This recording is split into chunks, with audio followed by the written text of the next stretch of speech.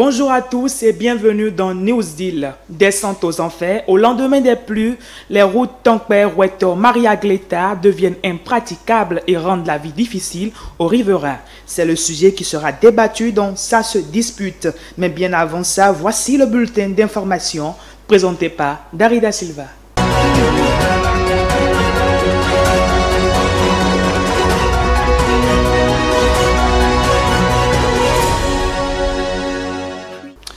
Bonjour Dari. Bonjour Lié. Alors le bulletin d'information c'est avec vous. Oui, bonjour mesdames et messieurs et bienvenue dans ce bulletin d'information. Le bureau politique du Bloc républicain a tenu sa première session ordinaire le samedi 20 avril 2024. L'événement s'est déroulé au Palais des Congrès de Cotonou en présence du président du parti, Abdoulaye Biotchane. Le point des assises dans cet élément. Bloc républicain, plus uni, plus fort pour construire le Bénin. Matinal était-il au Palais des Congrès de Cotonou ce samedi 20 avril 2024 pour honorer leur engagement politique. Députés, ministres, conseillers municipaux et locaux, cadres à divers niveaux. Tous, membres du bureau politique du Bloc républicain, remplissent ces formalités d'usage auprès des hôtesses afin d'accéder à la salle bleue où les attend le bureau exécutif national présidé par Abdoulaye Biotchane. C'est la première session ordinaire au titre de l'année 2024. La mobilisation que nous constatons dans la salle et votre présence nombreuse ce jour sont le témoignage de notre engagement à tous de construire un bloc républicain toujours plus vivant, plus fort et plus solide.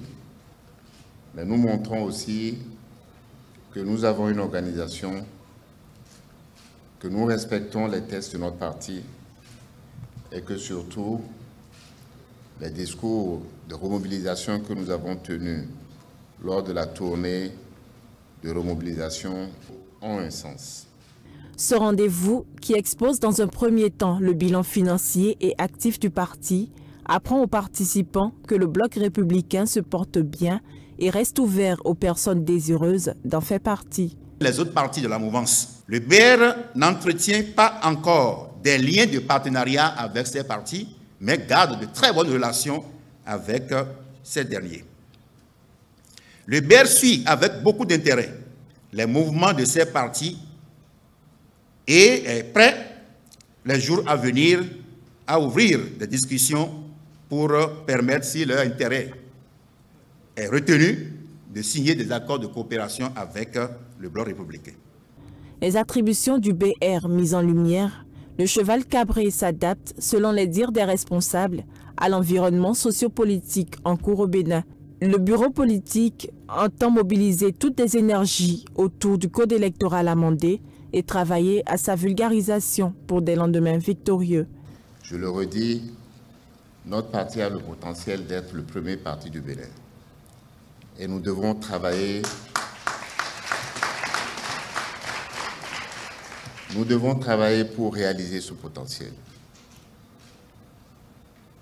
Seul cet échec-là peut traduire notre incapacité à le faire.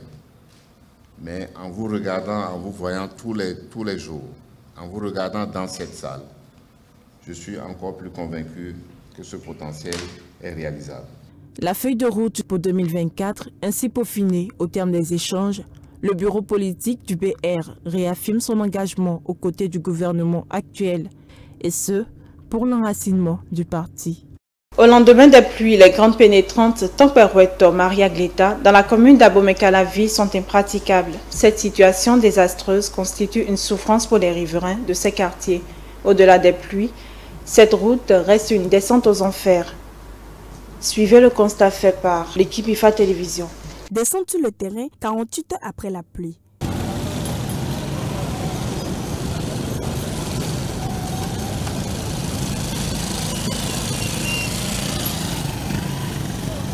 Voici l'aspect que présentent les voies reliant le carrefour Tonkpé au quartier Weto et Maria Gleta, situé dans la commune d'Abomey-Calavi. Pratiquer cette route devient visiblement un calvaire pour les usagers et riverains des 10 quartiers qui ne cachent pas leur mécontentement.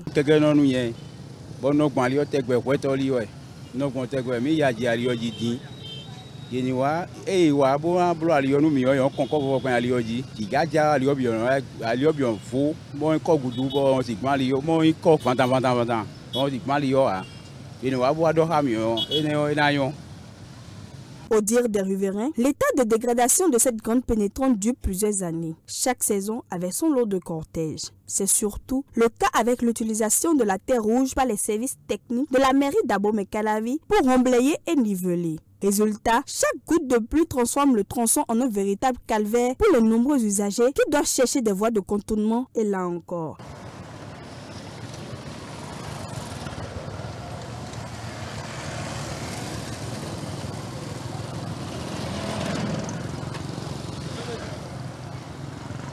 Ko voisin ko yete ko voisin ko dio ete idio mele de grade jo elu ngajia alo izi grade no lu ngajia bo na ze ko file ma don ko file jo eno machia donc ngo e bo bra liodo bon alio nye ba no je bra liodo normal e so ma ko mo dia lo ko vo ro ngali global le voi grade do a hosu grade so lo lu ngajia bu no jo so do mo do la bi le fonte. Ali tan po wa ifo to ali de bo egble tambo ko e kon de je de so ron le bo sin mele de e kon ko de ji kaka o moro na ko fo bo e na ndia egble ko si tan po kaka yi ko to kan carrefour ali ne bo ye kan o iro anti de ji bo blo ali ne no mi e tan solution de era ba mi ho ye kan na ba no mi. Plus de sens interdit. Une collision ratée de justesse entre le camion et la voiture parce que la route est impraticable du côté opposé. Il est essentiel que les autorités municipales et locales fassent le constat après les pluies afin de prendre des mesures immédiates pour réparer les dommages et assurer la sécurité des usagers. Au-delà, l'utilisation de la terre rouge ne semble guère constituer le matériau approprié.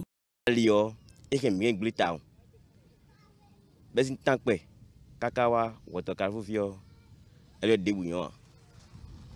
Donc, il bat, il bleu, aliodo, mon tovinamo. Quand on a fouillé, attention, en bien les dagouji, mais à zone où Gandhi.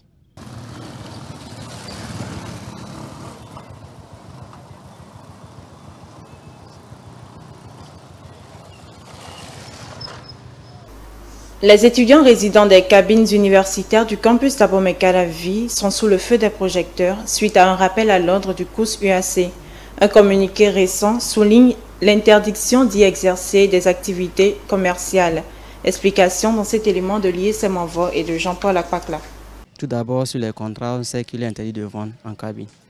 Bon, beaucoup s'étaient adonnés à cette pratique pour diverses raisons, mais nos autorités de course et y compris nous aussi, on a vu que ce n'était pas aussi bien. Ils ont exagéré et il y a une note qui a été sortie par le course qui a suspendu ses ventes en cabine. Environ 1900 étudiants bénéficiaires des cabines universitaires ont récemment été rappelés à l'ordre sur le contenu de l'article 2, alinéa 1 de leur contrat de location avec le Centre des œuvres universitaires et sociales de l'Université d'Abomey-Calavi, COUS UAC. Cet article stipule que les locaux doivent être utilisés uniquement à des fins résidentielles et aucune profession libérale ne peut y être exercée. C'est par un communiqué en date du 21 mars 2024 que les autorités du COUS UAC ont souligné cette restriction. La vente en résidence universitaire, ça engendre beaucoup de problèmes. Et par exemple, des années antérieures, cela cause des problèmes entre colocataires. Celui qui est à côté vend telle chose, l'autre aussi vend les mêmes articles. Donc cela devient une histoire de concurrence et normalement que la concurrence soit loyale et que chacun use de son leadership pour mieux arriver à ses fins, ça devient des trucs de coups bas où quelqu'un va faire ci, quelqu'un va faire préparer des coups bas à son coloc. Donc ce qui a souvent des disputes surtout entre les femmes. Parce que c'est les femmes qui sont souvent l'auteur de ces actes-là. Donc quand cette dispute vient, ça crée beaucoup de dégâts. Et aussi si nous laissons ce point, nous allons venir sur les intrus qui entrent dans les bâtiments hyper. Par exemple, si dans le bâtiment des femmes, les femmes qui vendent, ce n'est pas uniquement les femmes qui viennent acheter, des hommes quittent leur bâtiment pour entrer dans ce bâtiment.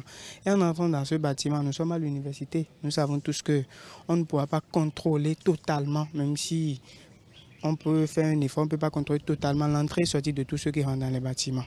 Donc l'entrée dans ces bâtiments des hommes, ça permet aussi à des personnes mal intentionnées de rentrer dans les bâtiments et de commettre certains forfaits. C'est une décision qui n'était pas entièrement de nous. Nous, les responsables que nous sommes, nous savons que cela nous aide.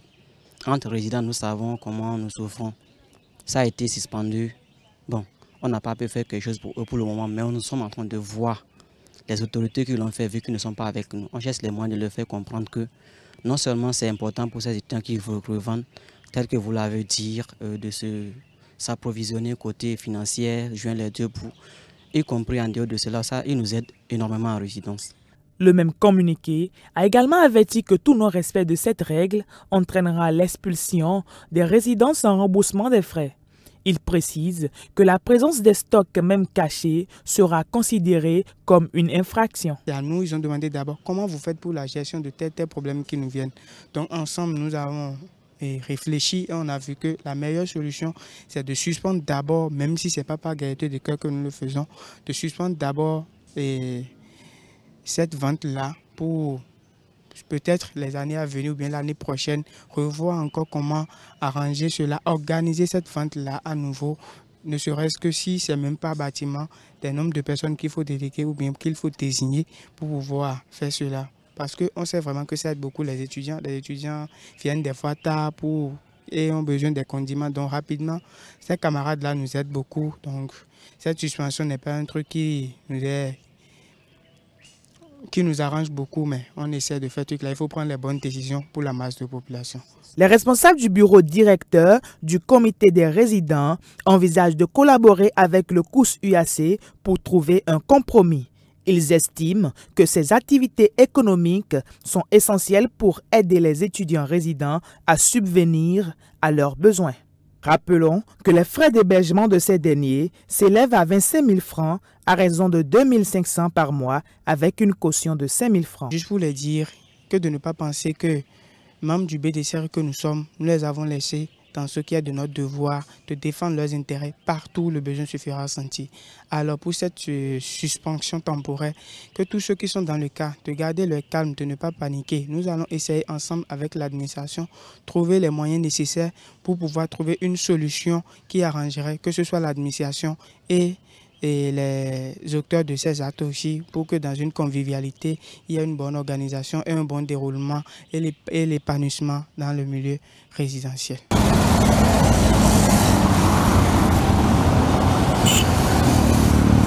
Zakiat Latunji est désormais apte à poursuivre sa course à la 7e mandature de la Haute Autorité de l'audiovisuel et de la communication. La présidente de l'UPMB retire son récépissé définitif des mains du secrétaire général de l'institution, Julien Pierre Akwaki. C'était le vendredi 19 avril dernier. Ses impressions après le retrait au micro de IFA Télévision.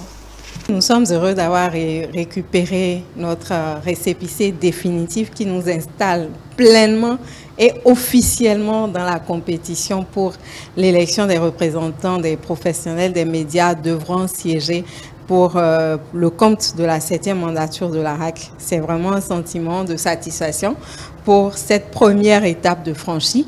L'heure est maintenant à la mobilisation de tous les acteurs des médias, les consoeurs et les confrères pour véritablement faire les bons choix, les choix judicieux qu'il faut pour que le processus électoral se passe bien et surtout pour la satisfaction de tous.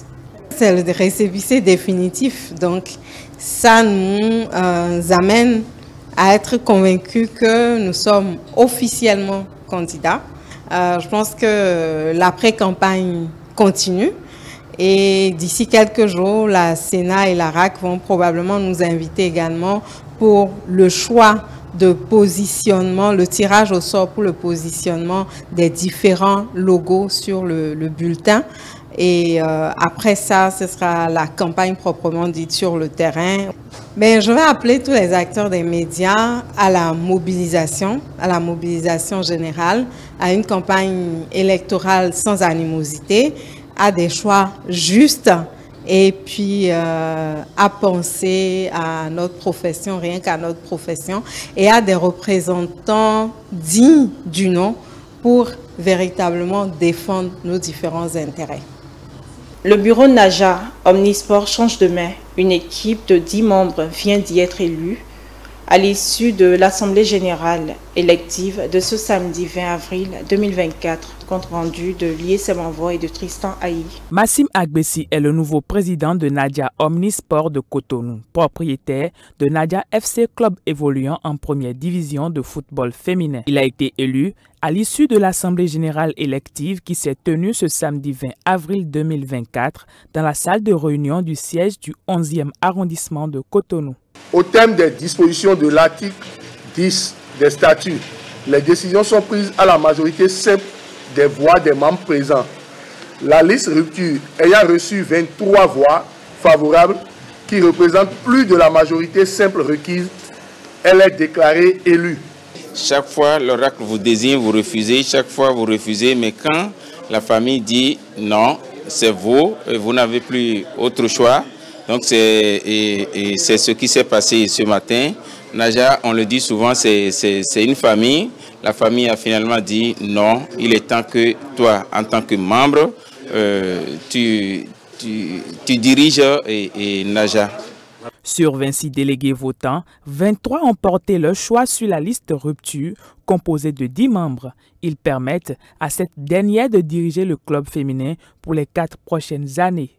Le nouveau président, conscient de la grande tâche qui l'attend, s'est engagé au nom de son bureau à redorer le blason de l'équipe afin de la conduire vers son premier sacre. Notre mandat sera basé essentiellement sur la formation en particulier des joueuses béninoises, de nos filles, afin de fournir beaucoup de joueuses à l'équipe nationale. Nous venons de prendre la reine des choses. Nous allons tout faire pour ne pas décourager les sympathisants, les membres du bureau. Nous allons tout faire pour que l'année prochaine, le titre soit du côté de Naja. C'est au bout de l'ancienne code qu'on tisse la nouvelle. Cette citation illustre parfaitement l'intention de Massim Agbessi de travailler en symbiose avec le président sortant Eloge Nanga pour donner une nouvelle image à Nadia Omnisport de Cotonou. Tirant ainsi profit de l'expérience accumulée en tant que vice-président, Massim Agbessi entend imprimer au club une nouvelle vision et renforcer sa réputation. 32e journée du championnat espagnol, la Liga. 11 points séparent désormais le leader Real Madrid de son dauphin, le FC Barcelone, au terme de la 257e rencontre du Classico, perdu 3-2 par les Barcelonais hier au stade Santiago Bernabéu à Madrid. C'est la fin de ce bulletin que je vous remercie d'avoir suivi. À bientôt. Merci à vous, Dari Da Silva, pour cette brillante présentation du bulletin d'information. Chers téléspectateurs, nous allons la raccompagner et installer le plateau débat.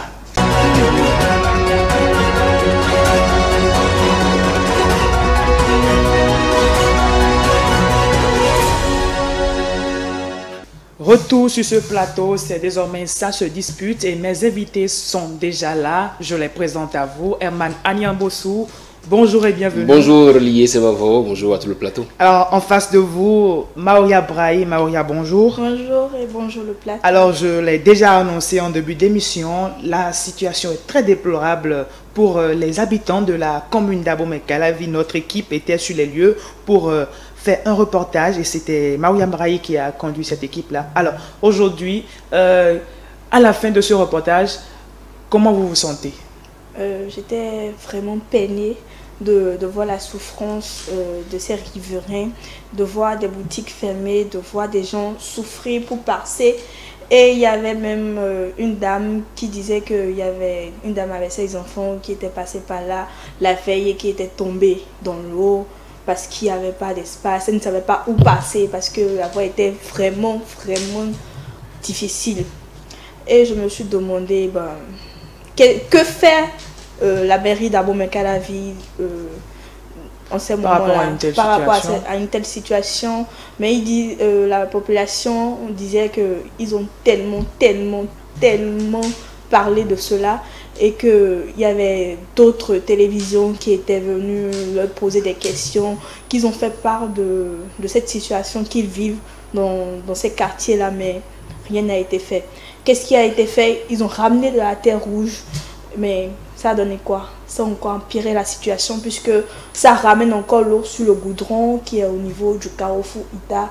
Et puis, bof. Alors, qu'est-ce que les gens font quand ils se retrouvent face à une telle situation? Est-ce que tout le monde rentre dans l'eau ou certaines personnes se décident de repartir là d'où ils viennent? La plupart d'entre eux décident de rentrer dans l'eau parce qu'il n'y a pas autre voie. Parce que quand tu prends l'autre route, c'est qu'il y a l'eau. Quand tu prends l'autre route, c'est qu'il y a l'eau, donc tu es obligé de rentrer dedans. Madame Bosso, est-ce qu'on va parler de l'as de la souffrance?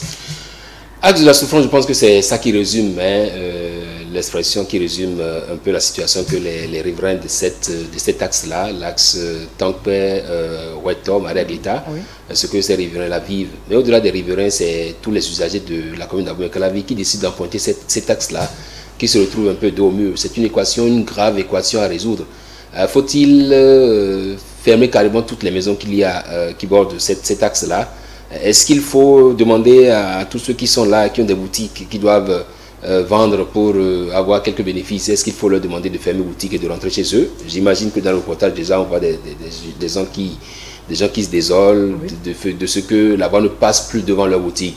Alors même que nous sommes dans un état fiscal, nous sommes dans un état où on demande aux gens de payer leurs impôts. Pour quelqu'un qui paie ses impôts, il veut quand même sentir ce que la mairie, ce que l'autorité communale fait ou municipale fait, pour qu'ils se sentent concernés par les impôts qu'ils payent. On voit un peu les terres de bas qui sont utilisées pour fermer les trous, pour rafistoler ce qui peut encore l'être. Mais la réalité, c'est qu'on ne sait pas exactement pourquoi est-ce que cet axe-là n'a pas été pris en compte dans le projet asphaltage 1. On va espérer que dans le projet asphaltage 2, si ça n'a pas été pris en compte, que ça soit corrigé, pour que les habitants de cet axe-là, de ce quartier très desservi de la commune d'Abomey-Calavi, je sais de quoi je parle, pour avoir des parents dans la zone, des amis dans la zone, pour avoir déjà fait également un tour sur cet axe-là, pour constater que vraiment là-bas c'est une grave équation qui se déroule, qui se présente à tout visiteur, à tout usager de la route et puis à tout riverain. Je pense qu'il faut que la mairie d'Abomey-Calavi prenne le taureau par les cornes, plutôt que de se cacher derrière les projets du gouvernement, nous donnant à croire que c'est le gouvernement qui doit tout faire. Et vraiment, c'est déplorable. Vous venez de le dire, ce n'est pas aujourd'hui que ça a commencé. C'est une situation qui date de très longtemps. Vous l'avez abordé dans votre intervention de tout à l'heure. Alors, dites-nous pourquoi la mairie devient très silencieux depuis que plusieurs médias, Maoya l'a rappelé, plusieurs médias ont déjà fait des travaux sur cette voie-là. Et pourquoi, à chaque fois, la mairie ne réagit pas? Ça rejoint un peu cette désolation du chef de l'État quand il disait au cours de la rencontre avec des confrères qu'il est déçu de ce que la presse n'aille pas au fond, ne se joigne pas à la souffrance des populations pour constater la réalité des faits. Vous voyez cet axe-là, c'est ainsi depuis que Calavi est devenu Calavi.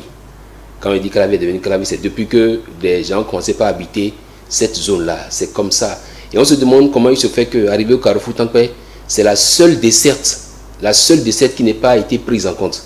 Quand vous allez à gauche, vous tombez sur, comment dit-on, un autre carrefour qui est bien pavé. Oui. Quand vous allez à droite, vous tombez à Parana, qui est aussi bien pavé. Oui. Avant d'aller de Ita à ce carrefour, c'est bien pavé également, même si on annonce une reprise des travaux à ce niveau à cause des désagréments de Ita et tout.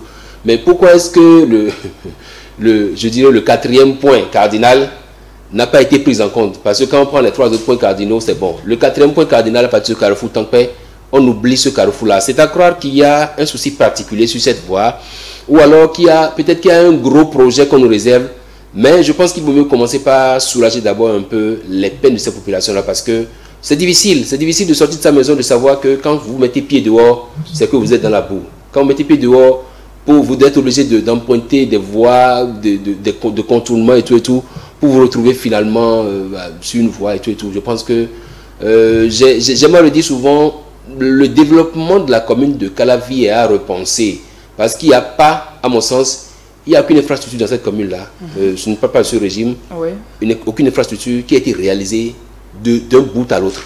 Il y a toujours soit des dégradations ou des désagréments. Il y a toujours des choses à corriger. Il y a des travaux inachevés. C'est ça qui, aujourd'hui, caractérise la commune d'Abomey-Calavi. On ne sait pas pourquoi c'est comme ça. Maria Brahi, est-ce que certaines personnes ont décidé de vous parler au micro quand vous étiez sur le terrain? Si, beaucoup de personnes m'ont expliqué leur peine par rapport à cette situation au micro parce qu'ils avaient peur. Selon eux, c'est que c'est l'État et quoi qu'on dise maintenant, c'est que quand tu parles ou bien quand tu... Ils ont carrément... Alors dites-nous en confidence, qu'est-ce qu'ils ont dit par rapport à ce qu'ils vivent à cause de l'as de la souffrance? À cause de l'as de la souffrance, chaque jour que Dieu fait, il y a toujours un accident qui se passe au niveau de Ita à Weto. Du Carrefour Tonkpé à Weto. Chaque jour qui passe. Parce que, hormis le fait de la saison pluvieuse, même quand la saison est sèche, nous avons le soleil et tout, la voie, elle est impraticable. Madame Yambossou, vous imaginez un peu, et malgré tout ça, la mairie reste dans son coin. Et la question que je me pose, c'est que, est-ce que la terre rouge est destinée pour Calavi? Non, je crois que la grosse interrogation à ce niveau, c'est cette peur bleue que les populations ont de dénoncer des situations qu'elles vivent. Parce que justement, on a fait croire à ces populations-là que c'est l'État. C'est-à-dire c'est l'État central qui doit tout faire. De sorte qu'aujourd'hui, on se dit, si je vis cette difficulté-là, c'est que c'est l'État qui doit le faire. Et donc, je ne veux pas dénoncer l'État parce qu'on a vendu une peur bleue aux populations, de sorte que vous les voyez en train de souffrir comme ça, en train de souffrir grandement, en train de mettre les pieds dans l'eau, en train de mettre les pieds dans la boue, dans les bas-fonds. Mais quand vous leur dites de dire, mais qu'est-ce qui se passe? On dit non, on ne parle pas parce qu'on a peur qu'un État hypothétique ou bien que des autorités centrales puissent. Non, je pense qu'il faut qu'on puisse travailler également à ce niveau pour faire en sorte que la population sache qui est responsable de ces différentes voies-là. Si c'est la mairie, que la mairie répare. Déjà que, bon, on nous a habitués à déposer quelques camions de sable là, et tout, à remblayer, à niveler, à faire des choses juste en saison de pluie ou en saison et tout. Je pense qu'il faut que chaque autorité, à quel niveau qu'elle soit, que si c'est la municipalité de Calavi, qu'on le dise, si c'est le ministère du cadre de vie, qu'on le dise, si c'est également parce qu'il y a eu des réformes dans les relations qui font que désormais le maire il n'est plus totalement aux commandes et que c'est le SE qui est aux commandes, si c'est ça qui crée des soucis aux administrés de Calavi et de beaucoup d'autres communes, parce que le cas de Calavi, ce n'est qu'un cas parmi tant d'autres. Il y a également d'autres villes dans lesquelles vous allez et puis on a l'impression que le développement est au ralenti. C'est-à-dire on a l'impression que tout est aux arrêts et qu'on attend tout de l'État. On se croise les bras et puis on attend l'État naka. On a dépassé cette époque-là, que chacun à son niveau puisse jouer sa partition. C'est simplement déplorable. Maria, quels sont les rapports entre les riverains et les autorités de la commune? Je ne sais pas si sur le terrain vous avez quand même eu certaines personnes qui ont décidé de vous dire ce qu'il en est. Et je ne pose pas. Non. Parce qu'ils avaient peur.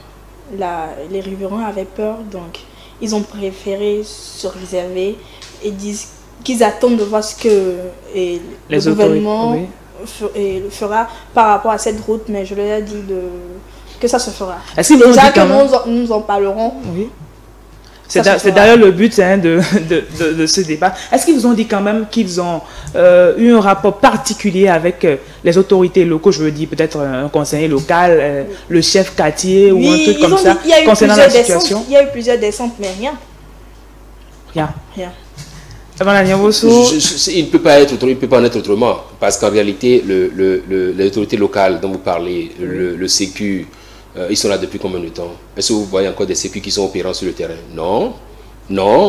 Le chef quartier, que ce soit le chef quartier ou que ce soit le chef village, même le chef d'arrondissement, je crois que tous aujourd'hui pensent que bon, il faut laisser tout à la mairie, et ils pensent plutôt que c'est la mairie qui doit s'en occuper. Je pense en gros que la situation, ça va rester encore comme ça. Ça va rester tel tant que chaque maillon de la chaîne de la chaîne de décision ne va pas jouer sa partition. Je pense que c'est déplorable, c'est vraiment déplorable. C'est-à-dire que vous voyez ces images qui passent là, c'est la devanture d'une maison et vous avez pas très loin de là une pharmacie. Et tout cela, quand vous sortez de la nuit et que vous avez peut-être un souci de santé, vous devez chercher des voies de contournement. Vous voyez ce monsieur, un dilemme. Faut-il passer dans la boue? Faut-il faire demi-tour? Il a plutôt fait demi-tour parce que vraiment c'est aussi ça. À une époque où le carburant dit également sa loi. qu'est-ce qu'on va retenir? C'est triste. C'est vraiment déplorable. Alors, est-ce qu'aujourd'hui, parce que vous aviez dit tout à l'heure qu'on pourra jeter également le tort à la décentralisation parce qu'on ne sait vraiment pas qui doit s'occuper de ces voies avec les projets par-ci, par-là. Est-ce que c'est la mairie? Est-ce que c'est l'État central? Est-ce que c'est les autorités locales? À qui le Je pense que les lois ont changé. Les lois qui ont présidé à la décentralisation au Bénin aujourd'hui ne sont plus, voilà, ne sont plus celles que c'est aujourd'hui, telles que c'est aujourd'hui. Tout a changé et aujourd'hui on se demande si c'est l'autorité municipale, puisque Calavi étant devenue une mairie, est-ce que l'autorité municipale, est-ce que c'est elle qui en est responsable? Est-ce que c'est le ministère du cadre de vie qui doit régler ça? Et même si, à supposer même que ce soit l'un ou l'autre qui est c'est pas la baguette magique pour transformer la situation de ceux qui habitent cette zone-là, mais est-ce qu'on place le rétablissement, pardon, est-ce qu'on classe la reconstruction de cette voie-là au rang de priorité? Parce que c'est aussi ça. À supposer que tout ait été déjà fait et qu'on dise, d'accord, on va reconstruire cette voie-là. Mais est-ce que pour les autorités, c'est une priorité? Ce n'est pas une priorité. Autant inscrire ça dans les priorités pour que les populations puissent se sentir... Ne pensez-vous pas que les autorités de la commune d'Abomey-Calavi se disent que ce n'est pas à eux de faire ce travail-là? Non, je pense que le souci que nous avons ici, pour nous qui avons vu un peu les premières heures de la relation au Bénin, entre-temps, et les maires sont passés par là. Quand il y a des situations comme ça, vous voyez le maire de la commune qui descend sur le terrain, qui fait le constat, et qui montre aux populations, attention, je suis avec vous, et qui même profite de l'occasion pour recueillir un peu leur souffrance. À qu'est-ce qu'on peut faire ici? On descend avec le directeur de service technique, s'il est là, voilà, et ça permet aux gens de se sentir concernés par ce qui se fait au plan de la gouvernance locale. Mais malheureusement aujourd'hui, c'est-à-dire vous voyez des maires qui descendent très peu, vous n'en voyez même pas. Je parie que dans certaines régions du Bénin, il y a des maires qui sont inconnus de leur mandat et tout, et qui attendront certainement 2026, les élections législatives, municipales et tout, et communales, pour encore aller sur le terrain, se faire élire conseiller communal ou municipal. Maouya Brahi, est-ce que ça vous dit quand même d'habiter une telle zone? Pas du tout. Alors, pour quelle raison? Je ne pourrais pas sortir de ma maison tout bien habillée, bien pépante, bien sexy et marcher dans la boue. Non, mais vous pouvez quand même trouver un autre chemin pour contourner et vous rendre... mais quand même, c'est à part l'eau, il y a de très belles maisons, voilà, de très belles maisons. De très belles maisons à Calavi, oui. J'avoue. Parce que je dirais que toute la population de Cotonou est en train de virer vers Calavi. Tout à fait. Et je ne sais pas pourquoi, mais malgré cette situation, ils aiment aller à Calavi. En tout cas, avec ça, vous ne pouvez pas résider dans... Alors, Calavi, ce n'est pas seulement des problèmes de dégradation de route. On a également des problèmes de caniveaux, tombeaux ouverts, des dialogues qui sont dans... arrachés. Je ne vous informe pas, Emmanuel Bossou. Parce que vous êtes en train de faire une tête comme si... C'est pour ça que je vous ai dit que Calavi, le développement de Calavi est à repenser. Je me surprends de voir qu'il y a des infrastructures socio-communautaires, routières, qui ne sont pas achevées dans Calavi et qui n'inquiètent personne. C'est-à-dire que c'est à croire que il y en a qui peuvent mal faire et bon voilà, ça ne les inquiète pas. En temps normal, les entreprises qui ont construit ces caniveaux-là devraient être interpellées pour savoir pourquoi est-ce que ce n'est pas achevé. C'est-à-dire que vous habitez ces zones-là, vous avez votre enfant, vous achetez du pain à côté, vous devez être au bord de la voie pour constater son retour. Parce que là, il est même quasi impossible pour l'usager de la route piéton de pouvoir emprunter la piste aux piétons. Oui. Parce que justement, le moindre faux pas le fait glisser dans les caniveaux. Et depuis là, personne n'en parle. Et puis c'est comme ça, c'est ouvert. Mais pourquoi est-ce qu'on ne fait pas l'option alors de concevoir des dallos spécifiques ou bien de concevoir des dallos en bois massif qu'on pose pour fermer un peu comme ça, par exemple. Ils ont essayé, mais pourquoi est-ce qu'on ne trouve pas des solutions palliatives? C'est déplorable. Et c'est Calavi est ainsi fait. Rien n'est achevé. Rien à Calavi n'est achevé. Je me dis, mais bon, peut-être que on va nous présenter une autre situation bientôt. Voilà. Est-ce que vous croyez que ça va changer dans les jours à venir? Non, ce n'est pas évident. Parce que les infrastructures, non seulement elles sont inachevées, mais ce qui est encore là, ça se dégrade de jour en jour. Quand vous quittez par exemple Carrefour Adjara pour, ça je mets un pied dans Cotonou, Carrefour Adjara pour aller entrer dans Calavi là-bas, donc vers Godomé, au niveau des rails là, vous voyez plein de caniveaux, des caniveaux de gros caniveaux qui sont sans dalo. Et donc quand vous êtes motocycliste, que votre moto tombe en panne, vous devez, une fois en empruntant un peu, descendre sur la voie et remonter après. Quand vous êtes piéton, que vous marchez correctement, il vous est quasi impossible d'emprunter la piste cyclable pour piétons jusqu'à parcourir. C'est-à-dire qu'on vous oblige à monter sur le goudron. Avec tous ceux qui roulent à vive allure et tout, je ne sais pas si les cadres de ce pays ont vraiment travaillé à ce que nous ayons un développement équilibré, un développement bien pensé. J'ai eu l'impression qu'à un moment donné, il y a eu des dysfonctionnements et que jusqu'à présent, il n'y a personne pour nous dire le contraire ou pour taper dans la fourmilière. Maria, vous avez déjà été victime de services dans la commune d'Abomey-Calavi une fois? Bien sûr. Alors racontez-nous. J'ai eu à faire un choc à Calavi parce que le ZEM n'avait pas vite vu le caniveau. Donc, en essayant de freiner, on a eu... Vous êtes retrouvé dedans? Je me suis retrouvé un pied dedans. C'était pas bien à vivre le jour-là, hein? Un pied dedans, mais... Dieu merci, je n'ai rien eu. Donc, je pense vraiment que de jour en jour, en plus, les dalos disparaissent et on ne sait pas pourquoi. Et bon, ça devient difficile, surtout au niveau de l'échangeur Godomé. Ça devient difficile pour surtout les conducteurs de motocyclistes maintenant de circuler sur eux. Non, les taxis-motos, de circuler eux sur la route, sur la route, pour ne pas monter en haut parce que les policiers refusent que les motocyclistes montent en haut et que ce soit seulement ceux qui ont des voitures et tout. Donc je pense vraiment que Calavi doit se réveiller. Abomey-Calavi, le lieu de tous les vices. Oh oui, Calavi c'est Calavi. Calavi avec tout ce que ça comporte comme insuffisance, incohérence, indigestion.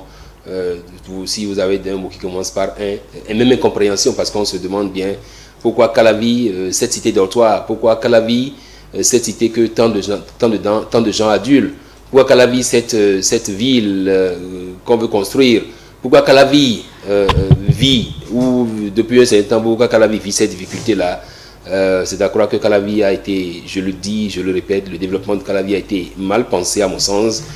Il faut revoir un peu les choses, revoir un peu tout ce qui est disposé là et travailler en sorte qu'on ait vraiment des autorités décentralisées qui travaillent au développement de leurs différentes localités. Merci à Emmanuel Niambossou, merci à Maoria Brahi. Nous appelons vivement les autorités de la commune d'Abomey-Calavi à prendre des mesures concrètes pour remédier à la dégradation de nos routes, car l'amélioration de nos infrastructures routières est essentielle pour la sécurité, faciliter le développement et favoriser également le développement économique local. Merci à tous de nous avoir suivis. Nous sortons de l'émission avec la revue des titres.